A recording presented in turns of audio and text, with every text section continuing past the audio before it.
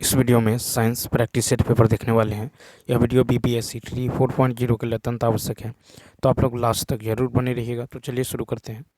देखिए, कहता है एक लिफ्ट पर 1200 न्यूटन का बल आरोपित किया जा रहा है। लिफ्ट का जो व्यक्ति सहित द्रव्यमान 80 केजी है। तो लिफ्ट में उत्पन्न त्वरण जब यह ऊपर की ओर जाता है, तो देखिए यहाँ पे W दे दिया गया है 1200।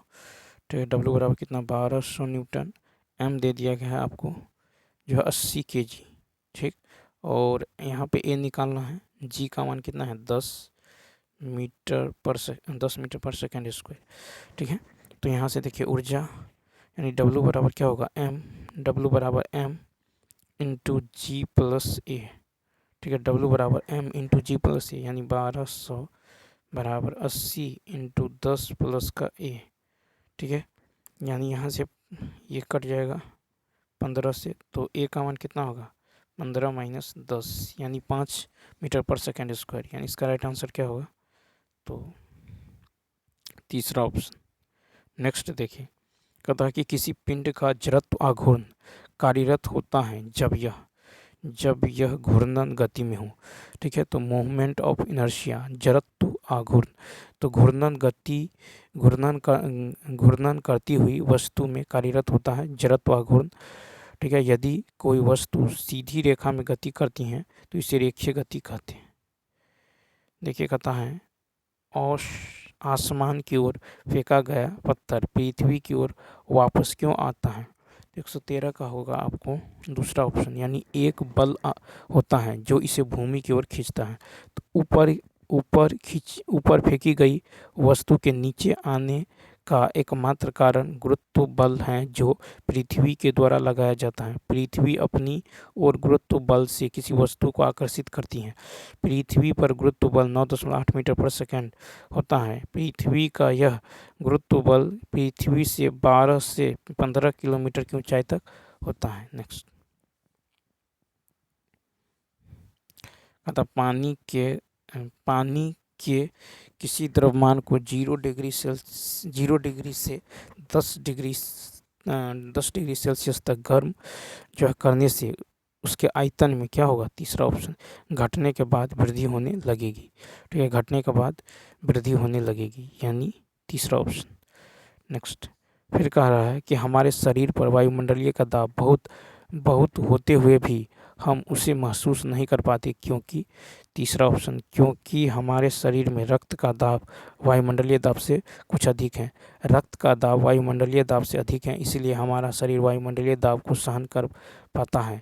सामान्य मनुष्य का रक्त दाब 80 से 120 डेसिबल होता है, ठीक है, 80 से 120 होता है।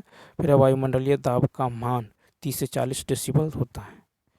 नेक्स्ट है कि धारा रेखीय प्रवाह किसके साथ द्रवों के लिए समान रूप से अधिक होता है, तीसरा, निम्न घनत्व एवं उच्च श्यानता, ठीक है। तो धारा रेखीय प्रवाह जो है निम्न घनत्व एवं उच्च श्यानता वाले द्रवों के लिए समान रूप से अधिक होता है, ठीक है। श्यानता तरल के परतों के बीच लगने वाला घर्षण बल है। फिर श्यानता जो है तरल के परतों की गति का विरोध करती है। 117 देखिए, कहता है कि दो तरंगे जिनकी तरंग की लंबाई 50 सेंटीमीटर तथा 51 सेंटीमीटर प्रति सेकंड 12 विस्पंद जो उत्पन्न करती हैं, ध्वनि का वेग 117 का जो होगा ये हो जाएगा ध्वनि का वेग। यानी देखिए यहाँ पे क्या हो जाएगा, तो v by lambda 1 minus v by lambda 2 बराबर कितना, 12, ठीक है।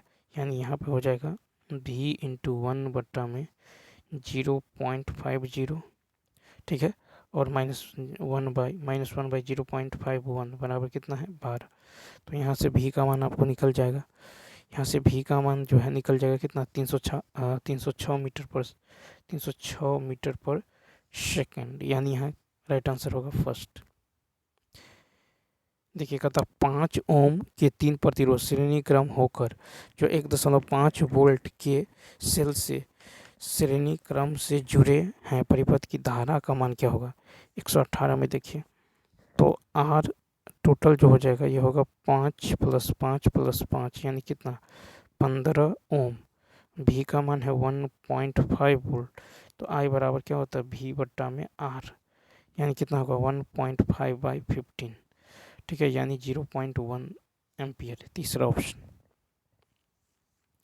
देखिए, कहता एक रॉकेट को जमीन से जो है चांद की ओर चलाकर फेंका जाता है, इससे संबंध कौन सा कथन सही है? 119 का तीसरा है, यानी स्मॉल जी का मान पहले घटता है तथा चंद्रमा के समीप होने पर स्मॉल जी बढ़ता है, लेकिन यह चंद्रमा की ओर निर्देशित होता है।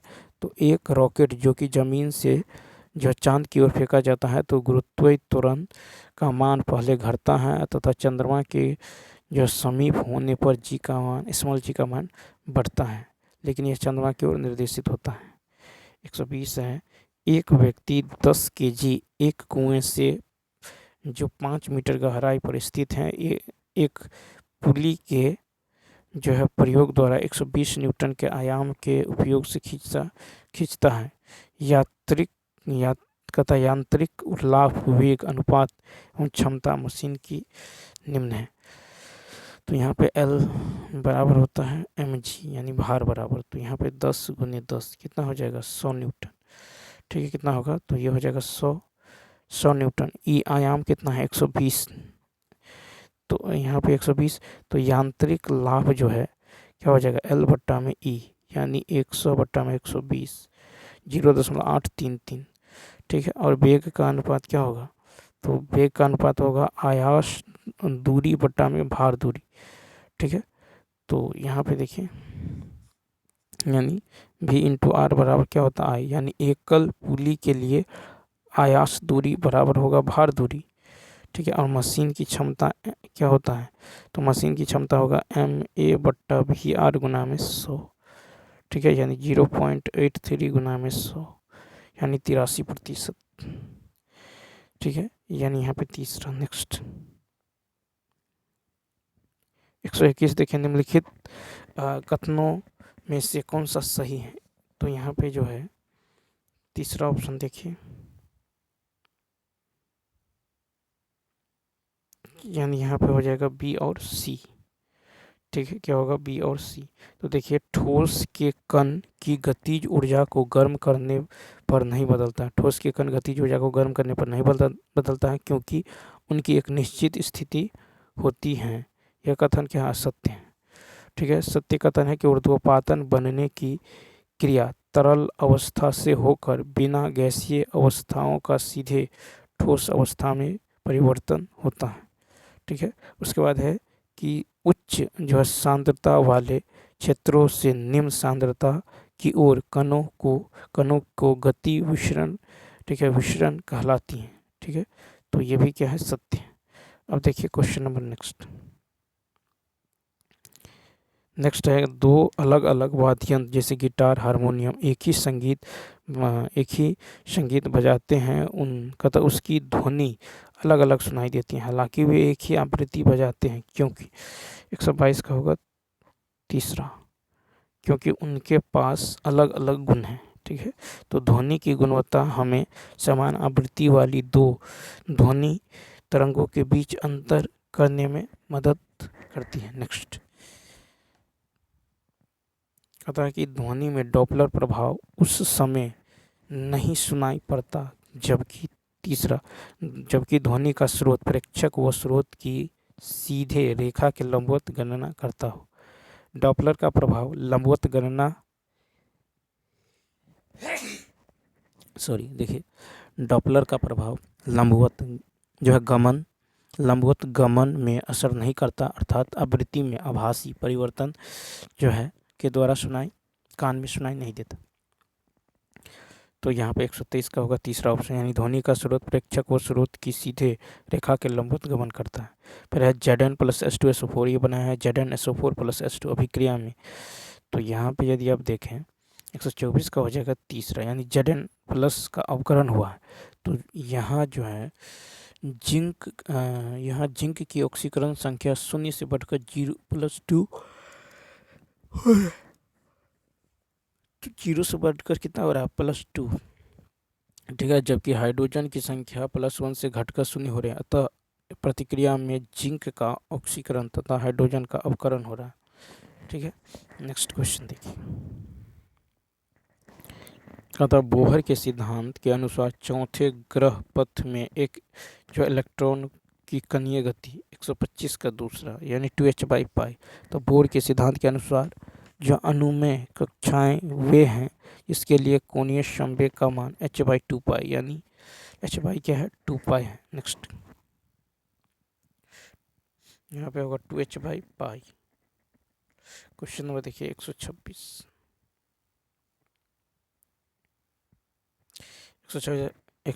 है कर रहा है कि प्रतिक्रिया के लिए गलत कथन की पहचान करें। 126 का होगा दूसरा ऑप्शन। ठीक है, क्या हो जाएगा दूसरा? तो देखिए 2Hs + SO2 ये बनेगा 3S + 2HO। तो 96 ग्राम सल्फर का उत्पादन कितना होगा? 64 ग्राम H2O से। ठीक है, तो ये होगा 64/96 × 3 यानी कितना होगा 2 ग्राम। नेक्स्ट अतः दिए गए मिश्रण के घटक को अलग अलग करने के लिए कौन सी सही जो विधियाँ नहीं है? 127 का दूसरा देखिए 127 का हो जाएगा केवल बी।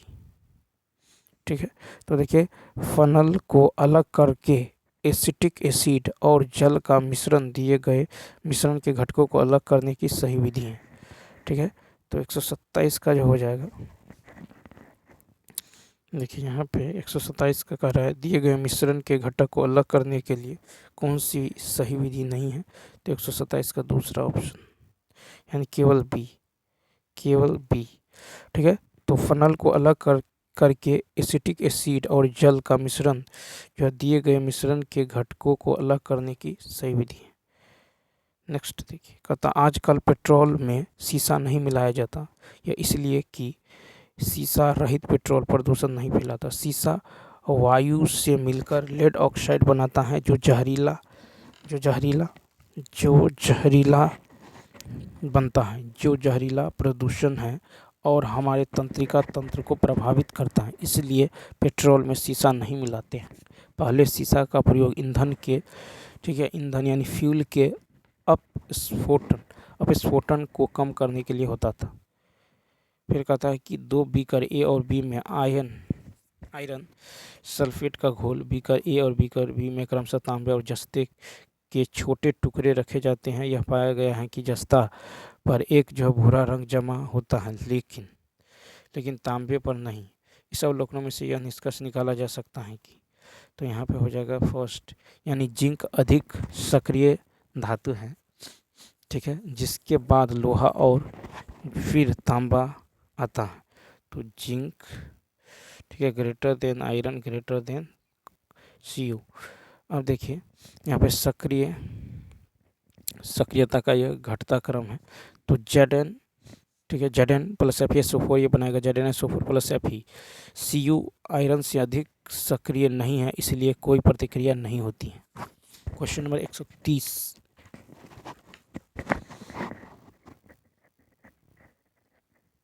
देखिएगा था सल्फर पाउडर को एक जो स्पेचुला पर गर्म किया जाता है। नम नीले और लाल लिटमस पेपर दोनों एक टुकड़ा एक एक करके गर्म करने के दौरान जो निकलने वाली गैस के पास होता है। नम लिटमस पेपर पर गैस की क्रिया होगी। 130 का जो होगा दूसरा हो जाएगा, क्या होगा? तो नीला लिटमस पत्र लाल। तो देखिए SO2 गैस के निकट आने पर जो है नीला लिटमस पत्र लाल हो जाएगा। S + O2 SO2 की प्रकृति अम्लीय होती है। फिर कहता है कि एक तत्व X जिसका परमाणु क्रमांक 13 और 17 के परमाणु क्रमांक वाले एक अन्य तत्व Y से संयोग करता है। बनने वाले यौगिक का सूत्र और बंध की प्रकृति। 131 का फर्स्ट XY3 आयनिक। ठीक है, तो यहाँ पे जो है क्या बनेगा XY3 आयनिक। नेक्स्ट क्वेश्चन की यदि बात करें तो देखिए यहाँ पे कहता है कि निम्नलिखित कथनों में सही विकल्प का चयन करें। 132 का हो जाएगा आपको यानी C और D।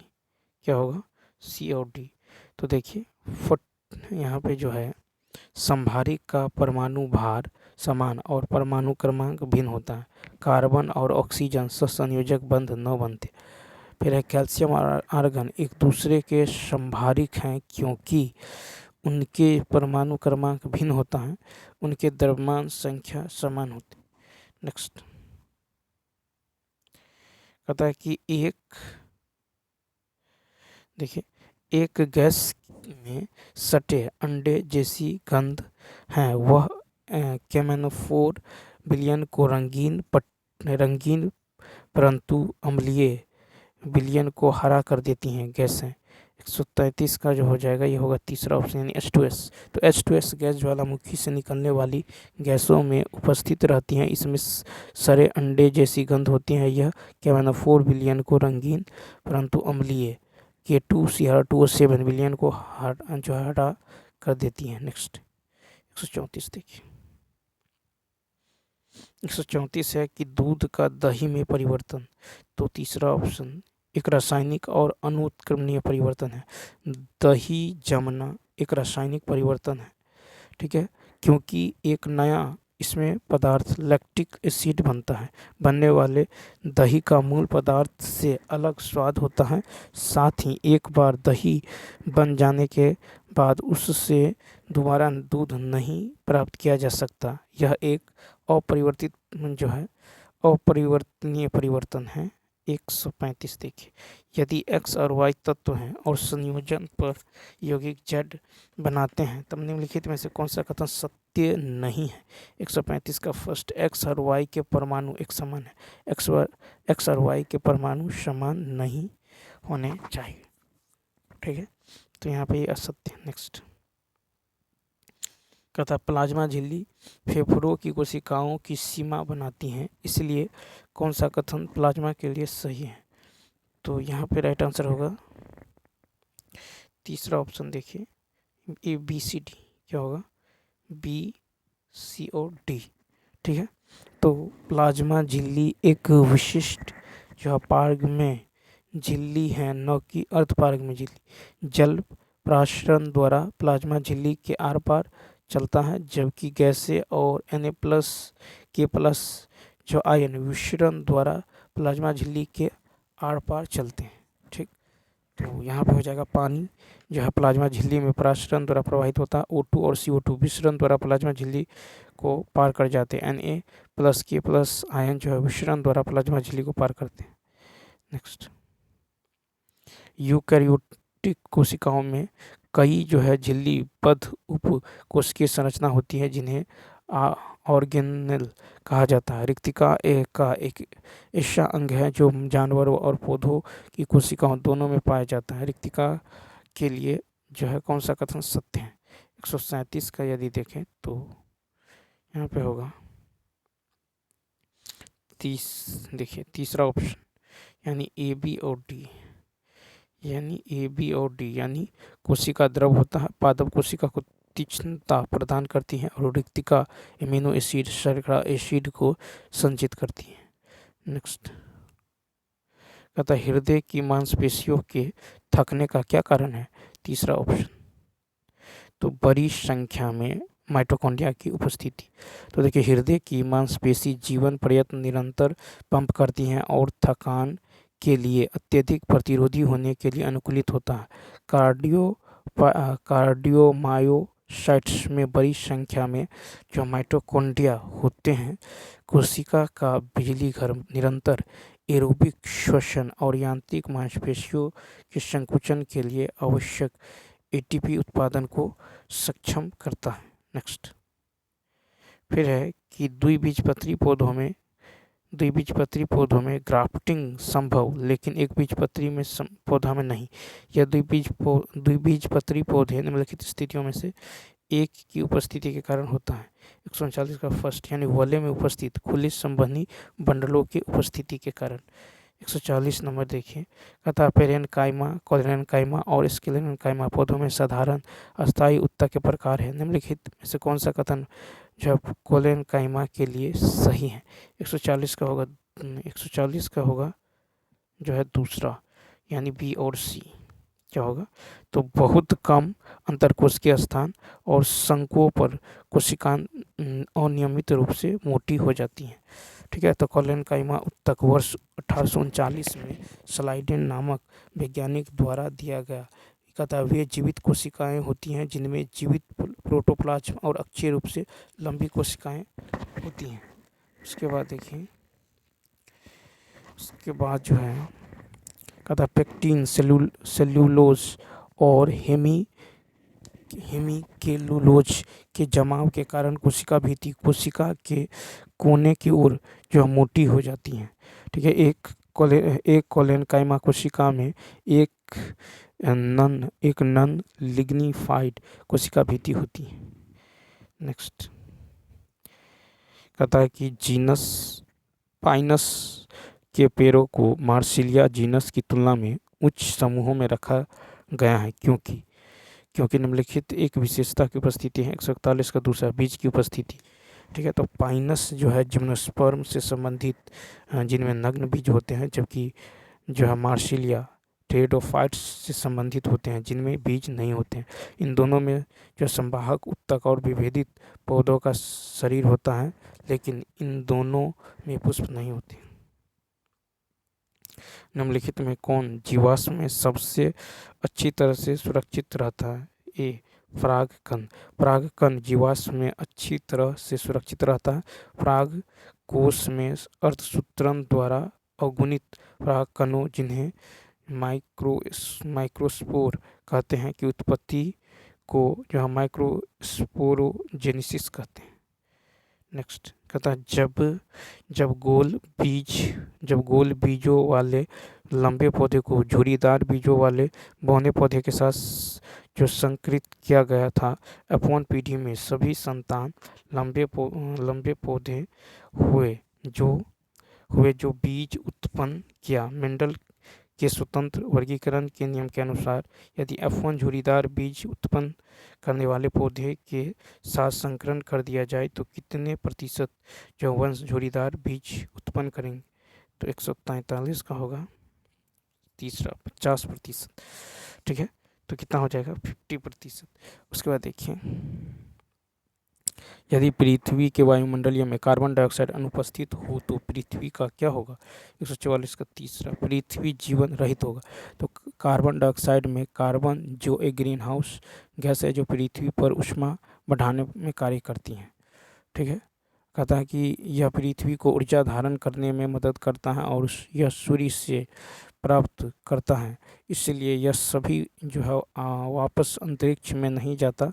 यदि यह कार्बन डाइऑक्साइड नहीं होता तो पृथ्वी जीवन से रहित होगी।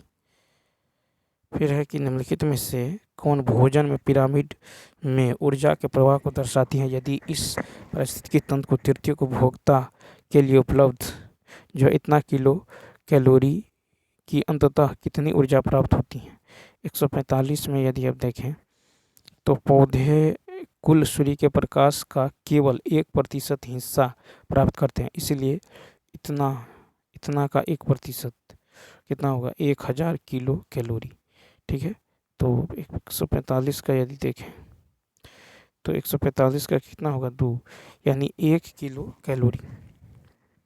ठीक है, अब देखिए, अब लिंडेमान के 10% नियम के अनुसार जो है 1000 किलो कैलोरी में से 10% प्राथमिक कैलोरी, ठीक है, में जाता है। ठीक है, तो उपभोक्ता जो 100 किलो कैलोरी से 10% से 10 किलो कैलोरी, ठीक है, माध्यमिक उपभोक्ता से 10% यानी 1 किलो कैलोरी तृतीयक उपभोक्ता। क्वेश्चन नंबर देखिए, तथा फलन वाले पौधों की प्रजातियों के परागकण जो है मादा फूल पर परागकण द्वारा जमा दिए जाते हैं। यद्यपि मादा फूल निषेचित नहीं होता तो निम्नलिखित में से कौन सा अवलोकन सत्य है? 146 का फर्स्ट, फल नहीं बनेगा। तो फूल वाले पौधे पराग बीजांड बीज और फल उत्पन्न करते हैं। फूलों के पौधों में निषेचन परागण नामक जो है एक प्रक्रिया के माध्यम से होता है। बीज और फल नहीं तभी बनेंगे जब एक फूल वाले पौधे में निषेचन प्रक्रिया सफल हो। नेक्स्ट, हृदय मेम्ब्रेन की 2 परतों से ढका होता है। इन झिल्लियों को क्या कहा जाता है? दूसरा ऑप्शन, यानी पेरिकार्डियल मेम्ब्रेन। तो यह हृदय के लिए खोल या कवर के समान कार्य करता है। हृदय की दीवार 3 परतों से मिलकर बना होती है, एपिकार्डियम और मायोकार्डियम। ठीक है, और देखिए, और एरिको एडोकार्डियम, इसमें जो है पेराकार्डियम झिल्ली होता है जो फेफड़ों का डायफ्राम के संकुचन व गति के वक्त उसके प्रभाव से हृदय को बचाता है।